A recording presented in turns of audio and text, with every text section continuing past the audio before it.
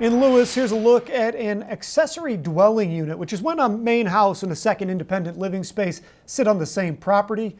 Coast TV News reporter Emma Aiken is live in Lewes. Emma, the Lewes Planning Commission is discussing right now how these ADUs are regulated.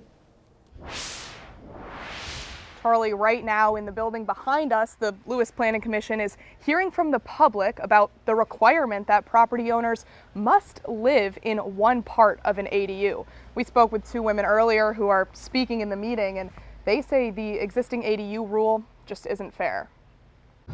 Accessory dwelling units, or ADUs for short, are often seen as an affordable housing option. But in a beach town like Lewes, the city says there's several existing ADUs where both units are being used as short-term rentals. The city says those people are breaking the rules because, according to code, the property owner must live in one of the units. But that wasn't Martha Good's understanding when she bought a Lewes property with two existing units, and now she hopes the city grandfathers in existing ADUs like hers. They only see negative repercussions.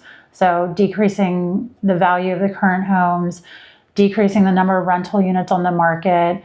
The city charges a rental tax to every rental property in the city of Lewes. So if you're saying we can't rent them, that's also going to decrease the amount of rental tax that they're bringing in. Realtor Lee Ann Wilkinson wrote a letter to the Lewes Planning Commission and says the ADU ordinance needs to be looked at closer to make things more fair. If you don't count the duplexes, if you don't count the townhouse communities, condo communities, those all are allowed to be rented as short-term rentals, all of them.